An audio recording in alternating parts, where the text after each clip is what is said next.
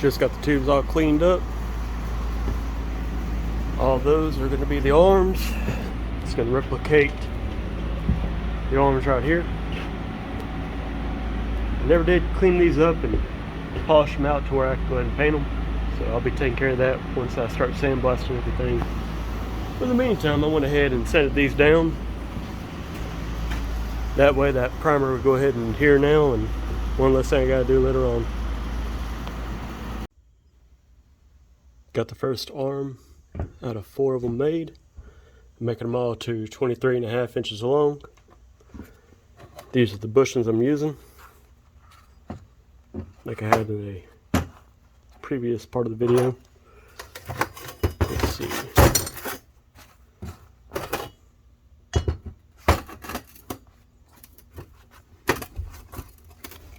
I hope I have a little grease to it, but you get the idea.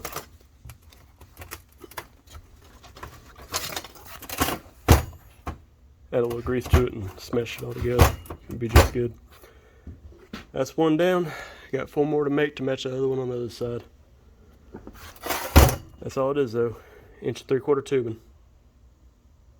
Got all 4 of them finished. Got one primered. Got to primer the next 3. So far so good. So I've been pretty busy. Went ahead and bent up the tubing. Got everything matched up just like the other step. Primered up all 4 arms. Got to cut out 2 more tubes, or 3. Actually, yeah, I think once it's 3 more tubes I got to cut out for the center section of it. Yeah, 3 more. So, yeah, I got to cut out 3 more tubes to go up the center. I've already got the grating cut. I just got to trim it off to match it. Be ready for assembly here soon. Got all the braces in place. Got caps on both ends. Everything's tight together. About to get this welded out and get ready to put the grating on top. Got it welded out. About to go grab that grating. Start assembling. Got the grating finished. Just need to weld on the bracket to the back side of it that holds it up. I'll be ready to start priming it and get it hung up on the truck. Got it done. Everything's lined up. Just gotta do that whole stripe I did like I was talking about. But everything actually looks like it needs to.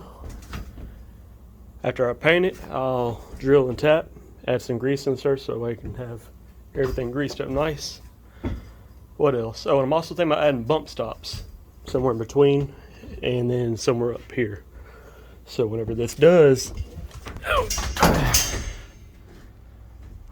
go up like that, it'll actually hold up against something tight.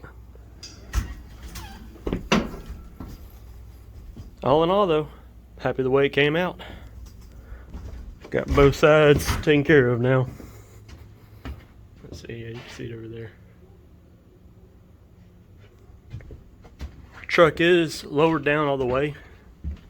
Got 16 inches of shock that can come out still once I add nitrogen. So if you can only imagine another 16 inches higher if I air them up all the way. Shouldn't be too terrible. So I just figured out my alignment for the most part. Pretty close, just so I can go ahead and get these tubes cut where I need them. Came out to 32 3/8 on the right hand side and 32 1/8 left hand side. And what I did, go ahead and get this out. I measured from right here. Come on. Takes a little one out. Try this again.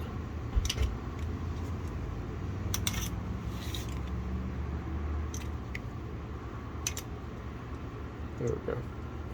Alright, so it's at 32 3/8. That's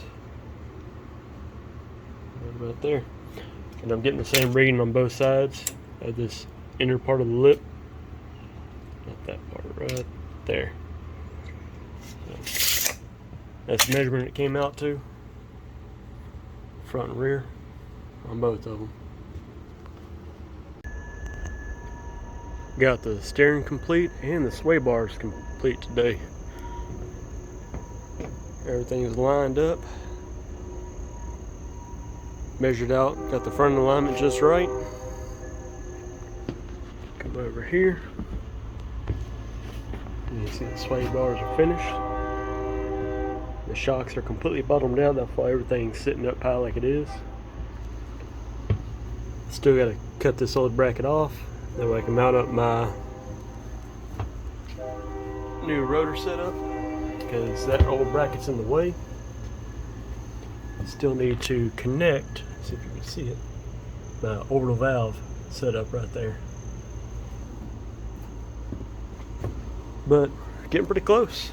Tomorrow I'll be building a plexiglass enclosure for the motor, keep the mud out of it.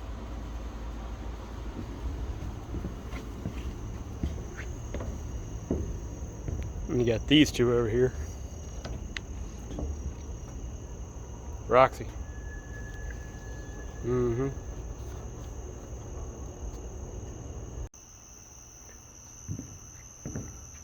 Got the wheels and tires off, put the rollers back on. Took the bed sides off. Plan on pulling that bed off, pulling the drivetrain out, and I'm going to finish up doing the whole plexiglass motor enclosure.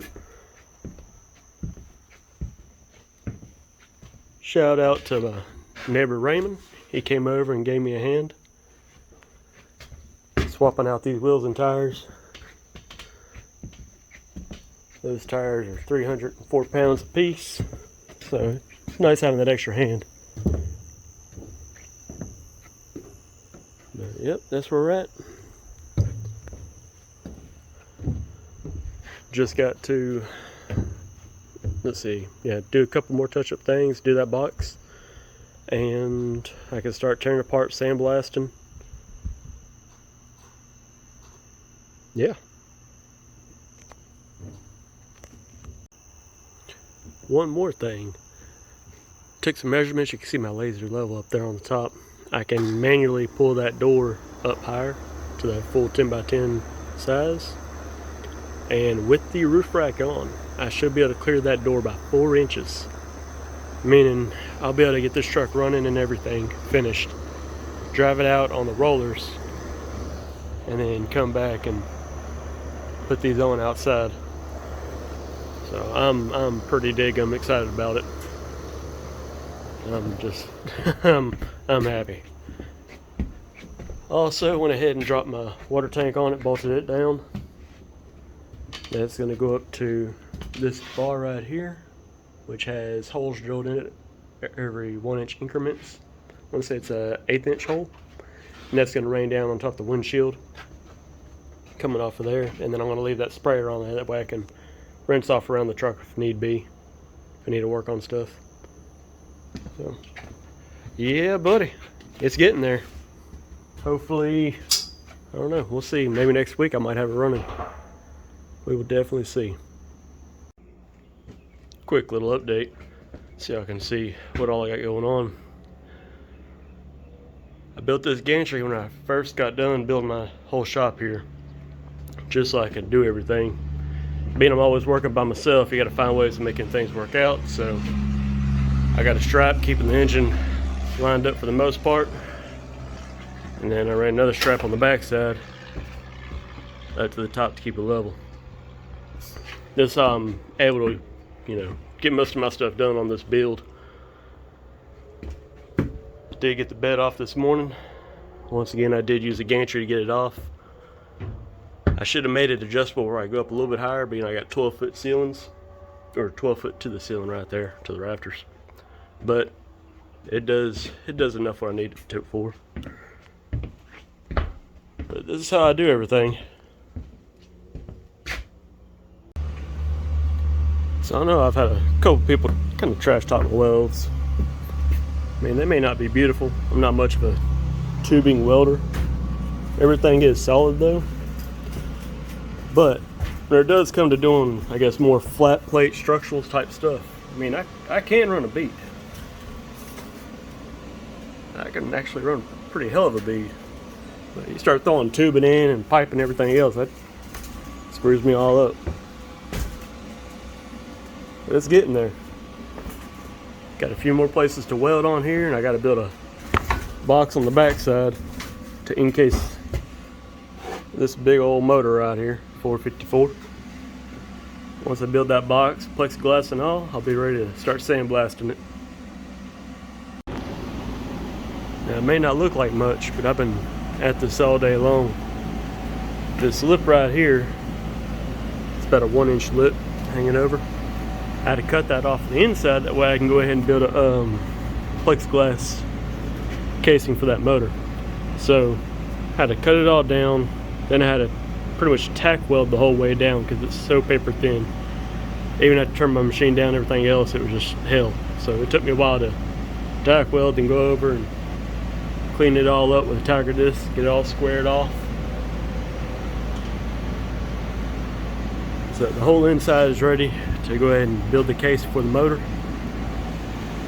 Outside I had to do the same thing on the sides where the roll bar feet are going to be mounting on both sides. So it's just a whole bunch of cutting, grinding, welding, more grinding, cleaning up. But I'm just now about to start on that box now. So this is what I got going on right now. Looks massive as shit, but if you look at the little rail going across the back of the cab, that's actually where the top of my bed rail hooks up to. So I mean, it's going to stick up a little bit above the rail, so it shouldn't be too terrible, but it looks massive as hell. And that'll actually cover the whole motor plus that tall ass intake and then a couple extra inches on top of that. Plus it's got a lid I got to build for the top of it. I plan on building this bar right here across the top, make it to where I can bolt it in place. That way I can pull it out the way to kind of drop the motor in, kind of like a chute style.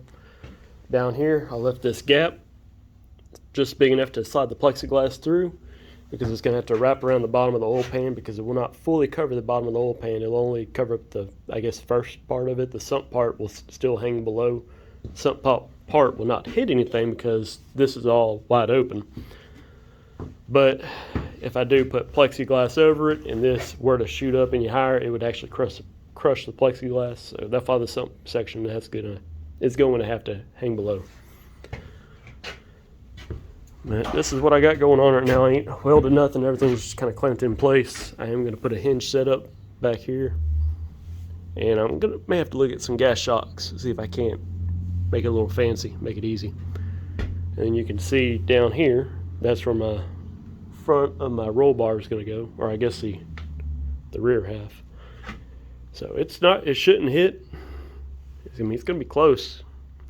And I'm going to have to get some extra hands to grab that sucker and load it in sideways onto the truck, because I'm not going to be able to pick it up over this. It's like, what is it, 200 and something pounds I'd weighed it at. That's when it was empty, which I'll be taking everything off of before I load it on. But, yep, if I can get this sucker built,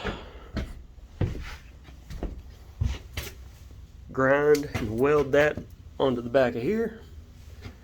And then I got these D-rings. Put one on each side of the axle for tie down and pulling purposes. Obviously that's for pulling also, but that's just my full-time pulling. Just have plenty of fucking shackles everywhere. That's where I'm at right now. Try to get this thing finished up today. Maybe start cutting on that white plexiglass or whatever the hell it's called back there. Not plexiglass, but the stuff you use for windshields. Lexane. Yeah, 1/4-inch Lexane. We'll see how it goes. Good morning. So today we're going to be working on the encasing for the motor. It's going to have 1/4-inch Lexane on all 4, 5, whatever, however many panels all the way around and on the bottom. I'm going to build the lid for it today. I've got door hinges that I'm going to be using to help actuate the lid up and down. It's going to have about an 2-inch gap all the way around it. That way the motor can still be able to breathe while it's fully encased. It's going to come over the edges and that way if mud flies over and everything else, none's gonna be able to suck up towards the intake. The reason why it's so huge, I plan on going with a 632, 665 sometime when I decide to rebuild the motor and change things up. Obviously I can't turn a 454 into that, but I'm gonna be buying the whole block and rotating assembly and upgrading. So that's why it's built up so much taller, because I will be putting a 1471 blower or 871, whichever, on top of the next build. So I need to have plenty of clearance for it.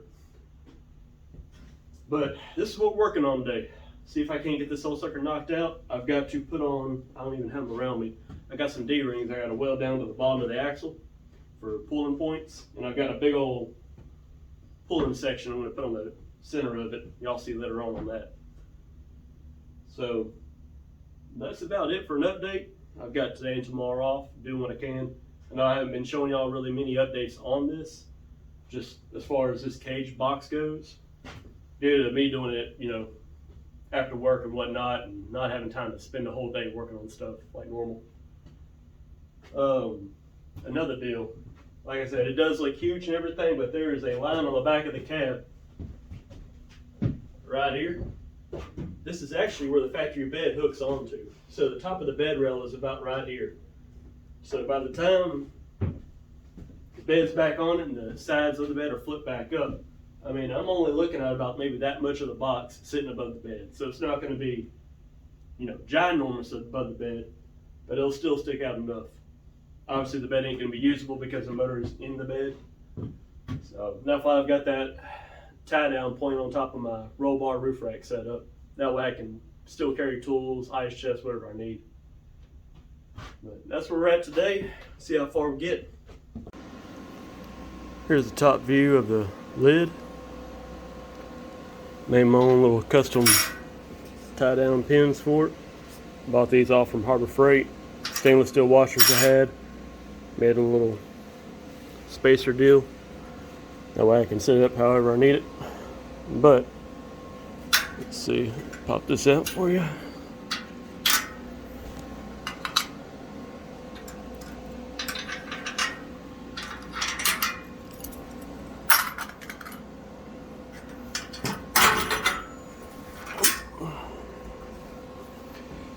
Here's the hinge part.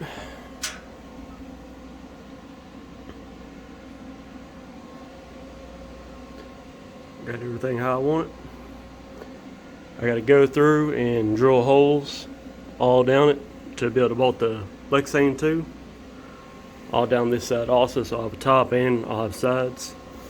And then on the inside, I'll be drilling holes on the inside where I can slide the panel down into it, cover up the sides all the way around. Haven't decided if I'm going to put Lexane across the back section, being the transmission, everything's right here. If I'm thinking about maybe just going with like an 18-wheeler mud flap to drape over it to give it, you know, maneuverability, sliding everything through, all my hoses and fuel lines, whatnot. That's where I'm at right now on it. Getting real close. Just got to do my pulling points on that rear axle. And one more thing, still got to do these. Mounting these somewhere around this area. Pull points. Still got to weld on, or finish welding that out. And my other limit straps for it. So, just a little bit of stuff left on the rear end to do. And still got to cut this old plate off, being I'm not using it. Other than that though, we're just about there, getting ready to setting up everything to be able to start sandblasting it. So yesterday, wound up blowing up my welding machine. Had to go pick up another one. Luckily I had a warranty still on it. Still got to build the front bumper, but everything else I'm probably about 90% done on the truck. Got the whole box design set up, finished. Just got to cut out the Lexane glass for it, panel it all off, but I ain't going to do that till after I'm done painting it. Let's see, using all 3/8 bolts. I've used 3 3/8 bolts throughout majority of the build, so I just decided to keep on going with it. So in case something happens to a bolt falling somewhere, or I drop one, whatever, I can just pull one off one of these panels and replace it with. Makes it easier. Let's see. Got those pins I made. I can pop that up. There we go. You can see just something I threw together.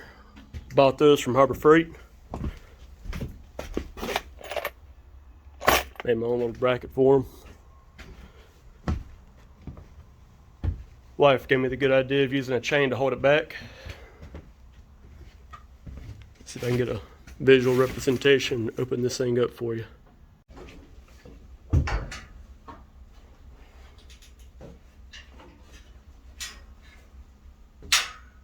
So I'm using a stainless steel washer on the bottom half. I'll be putting a stainless steel washer on top of it also. Keep it all in place.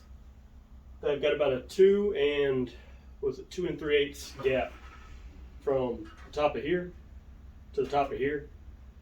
And I got a, around 3-inch gap between here and here. That way the airflow can come up along the panels and still reach the motor. So this actually worked out really well.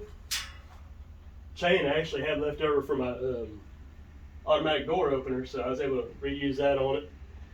Like I said, I got 3/8 bolts that'll be bolting off all the panels all the way around. And it's stout. Use regular door hinges for a hinge setup on here.